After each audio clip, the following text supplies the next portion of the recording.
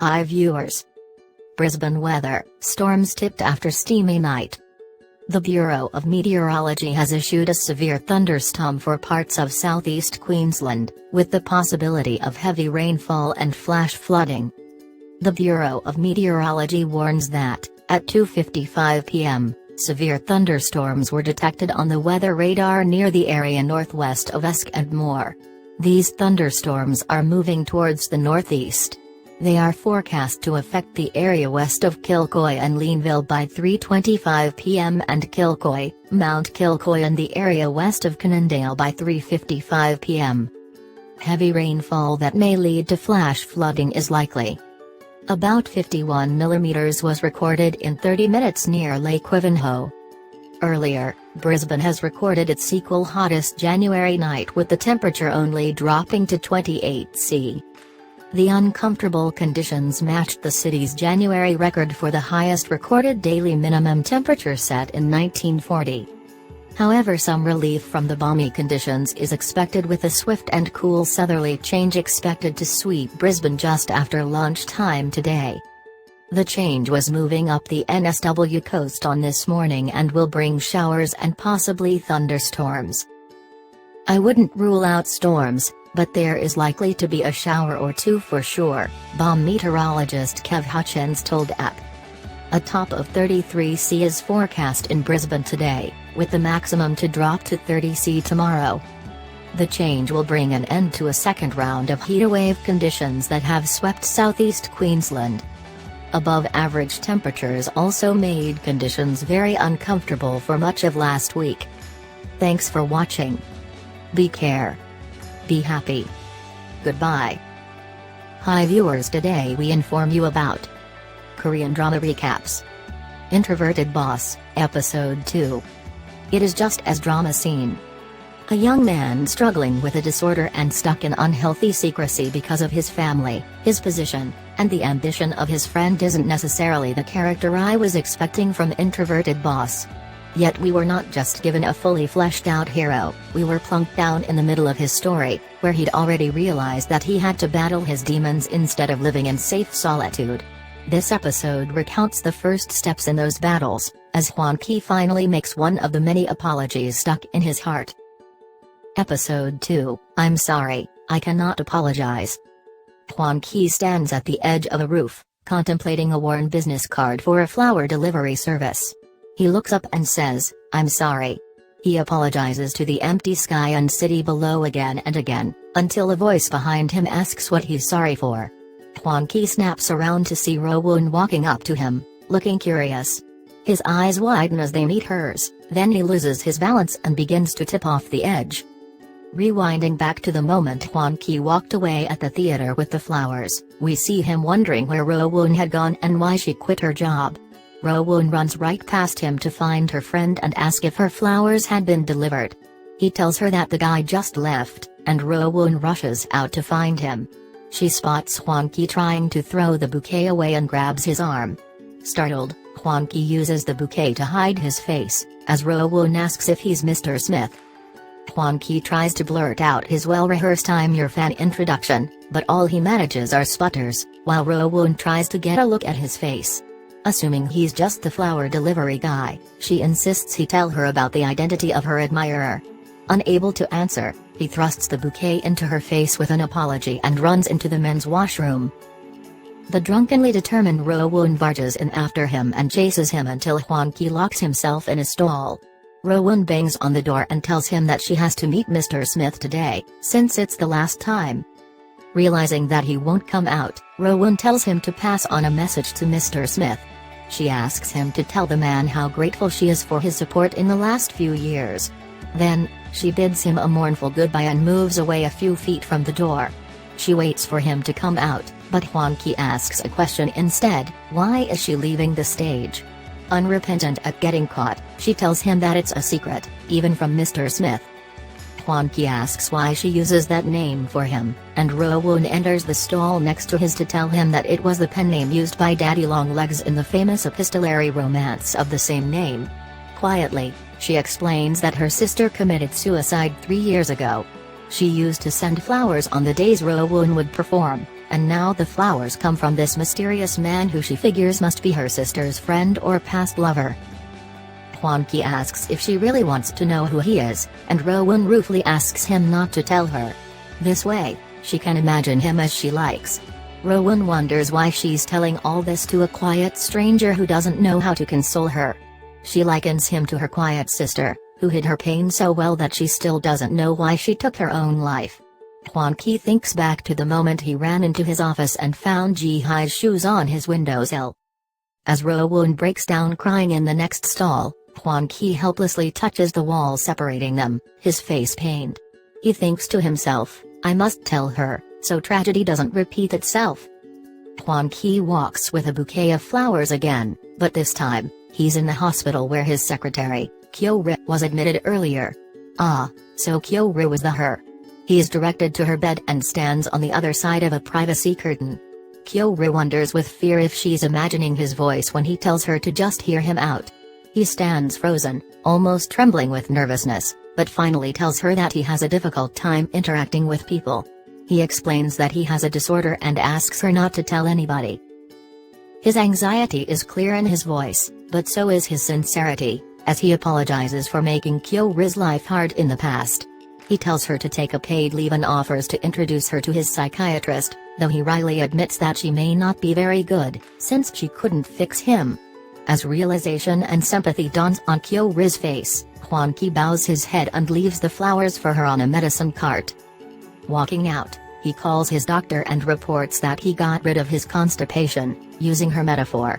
She tells him to breathe as he excitedly repeats that he told her he finally told her. Hwan-ki's sister notices that his name is trending on the net and checks out the article written about him. It's a sensational piece about a congressman's son who abuses his power by starving his secretary to the point of hospitalization. Even as his dad finds out, the staff at Brain try to fend off calls from reporters about the piece. Hwan-ki walks into the lobby and is surprised to see the media fighting to get to him. One of the paparazzi spot him and they start lobbing questions at him about his supposed mistreatment of Kyo-ri. Hwan-ki ducks and runs, and then comes up against a wall of employees on the other side. Ro-woon emerges from the crowd and looks at him. He swivels back to avoid her eyes and watches in horror as the reporters break through and run toward him. Then, like water parting over stone, they run around him and towards the descending Woo-il. They had never even noticed Hwan-ki. He watches as Woo-il appeases the reporters and promises an official statement soon. Woo-il begins to walk away when he notices Hwan-ki standing in the lobby alone. Hwan-ki looks quickly away, clearly feeling cornered. Woo-il turns back to the reporters and engages them in talk, easily commanding everyone's attention as Hwan-ki makes a break for the elevators. The only one to see him leave is Ro-woon. As he enters an elevator car, Ro-woon stops the doors from closing and walks in. Hwan-ki cowers against the wall as Ro-woon reminds him of their meeting the other day. She admits that they didn't officially meet, since she didn't even see his face, but she saw a lot of the rest of him. Hwan-ki wonders if the current situation started from that point, and if Ro-woon is involved with the article. But then Woo-il arrives and pulls Ro-woon out, pleasantly telling her to take another elevator. Once the doors close, Woo-il tells Hwan-ki to stay low, but Hwan-ki is more interested in how he knows Ro-woon. He's startled to learn that Ro-woon works for his company now and wonders why she left her job to join Brain. Up in the penthouse, Woo-il tells Hwan-ki that Kyo-ri has gone into hiding after being discharged. He heard about a man visiting her at the hospital and speculates that Kyo-ri took money to talk to a reporter. Hwan-ki defends his secretary, but Woo-il laughs that he knows her better. He had visited the hospital himself and given Kyo-ri money to smooth over things before the article came out. He predicts that Kyo-ri will call them if she wants more, and just then the phone rings, proving him right. Woo-il goes down to fetch Kyo-ri, who is waiting outside the building. Hwan-ki sits there worrying about Ro-woon's involvement in the article. If Kyo-ri talks, then Ro-woon could be in danger. The subject of his concern walks up to the building's roof and gazes out at the city. She imagines her sister standing beside her and promises to make Hwan-ki fall all the way down. In the lobby, Woo-il meets Hwan-ki's enraged dad and escorts him back up to Hwan-ki's office. Meanwhile, Huan Qi intercepts Kyo Ri, who is rushing away from the building after overhearing the dire punishments Huan Qi's dad is planning for her. Huan Qi puts his cloak over her head and pulls her aside to talk in private. Wu Il tries to calm Huan Qi's furious dad by promising to turn the crisis into an opportunity. The ex-CEO clearly knows the project he's talking about, and Wu Il assures him that he just needs to convince Huan Qi to cooperate. Trembling under the hood of the cloak, Kyo Ri can barely look at her boss's uncovered face. She starts blabbing in a panic and tells him that she just spoke to one person about him. Huan Qi wonders if it was Ro Wun, but stops her from telling him who it was. He directs her to say that she never spoke to anyone about him. He emphasizes that it's the only way she can get out of this unharmed. The cloak slips off her head as Kyo Ri realizes that Huan Qi is worried for her. As she turns to face him though, she finds him gone. Instead, Wu Il comes around the corner and addresses her with concern. He sighs and says that he wishes she had reached out to him instead of breaching confidentiality. He places a hand on her shoulder and sighs that if she's known as a whistleblower, no one will hire her again. Kyo Ri stammers that she never talked about Huan Qi to anyone. She goes on to tell him about Huan Qi's visit at the hospital and the flowers he brought her.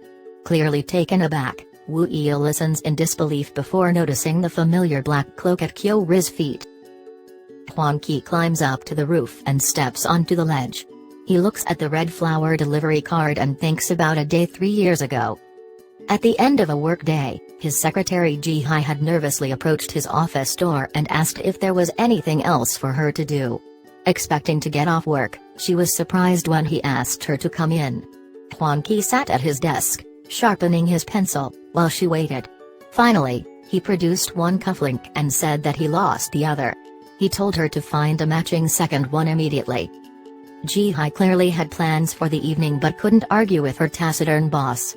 She came out of the office and called up her sister to apologize for missing her performance. Rowan was clearly angry at her for missing yet another show and accused her of showing off her fancy job. Bouquets of flowers were a poor substitute for her sister's presence. A man bumped into her just then, and her phone went flying. She didn't see his face as he picked up the pieces from the floor with an apology. Rowan had only sighed as she put the battery back into the casing. At the other end, Ji-hai took out a red flower delivery card and called the number. Huan Qi watched this from a crack between his office doors. He closed the door and sat on the steps, then looked down at the cufflink in his hand, clearly not lost, after all. In the present day, he looks out to the city and apologizes. He bows repeatedly and says what he couldn't say to his secretary, Ji-hai. Rowan hears him from where she's standing below and comes up. She asks why he's sorry and surprises him into losing his balance. She grabs him at the nick of time, and they begin to fall safely towards the roof.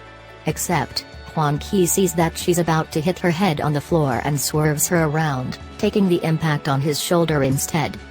Then he's pinned under her while she asks if he was thinking of jumping, clearly not associating his black-clad figure with the shrouded one in the CEO's office. Huan Qi manages to get away, but not before Rowan gets a look at the flower delivery card. He stops in the stairwell and looks back. He thinks to himself that if he does what Rowan wants, then things will go back to how they were. Back in the penthouse, he dresses in a suit.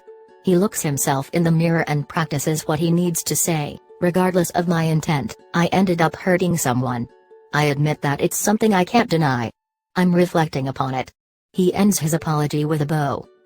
Brain sets up a press conference to release an official statement, and the office staff gather to watch the spectacle.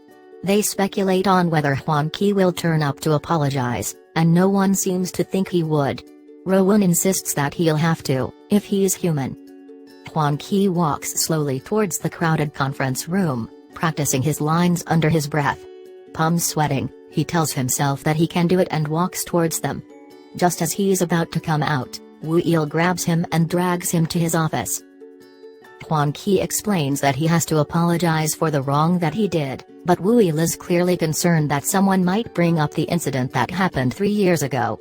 Huan Qi asks if that's what he's worried about. Wu Il sighs and points out how small his office is compared to Huan Qi's. He tells his friend that he doesn't mind that, or the fact that people say he shouldn't work so hard for this company since none of the money will ever be his. He's always worked to cover up Huan Qi's weaknesses, just as Huan Qi covered up his secret 3 years ago.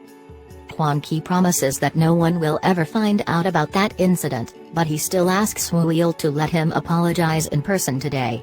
Clearly frustrated, Wu Yil wonders if he's even Huan Qi. He asks in anger if Huan Qi is confident that he can go in front of all those people and not make a fool of himself. This gets to Huan Qi, and Wu Yil apologizes for being harsh. He asks Huan Qi to step down as CEO and take over a new project. Huan Qi agrees to resign but is surprised that Wu Yil and his dad have already planned on what he'll do next. The press conference begins, and to everyone's surprise, a nervous Kyo is almost carried to a chair before them. She takes out a paper and haltingly reads out her statement from it.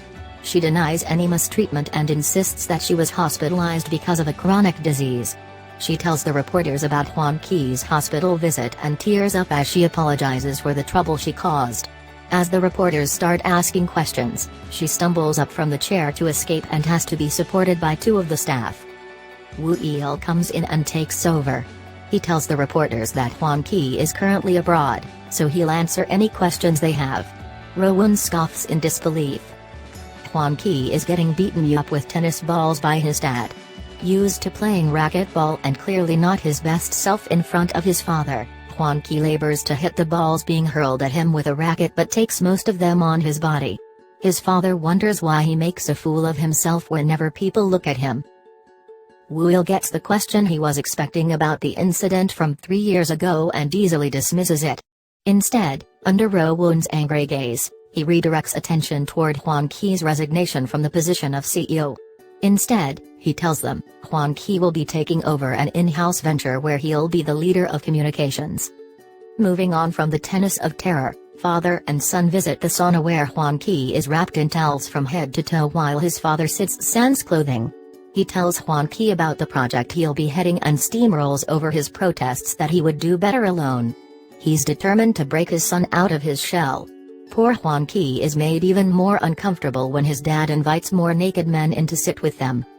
Rowoon realizes that her plan to see Huan Qi humbled had failed, and she stomps up to the penthouse to confront Kyo-ri. She finds her packing her things and asks if Huan Qi made her lie.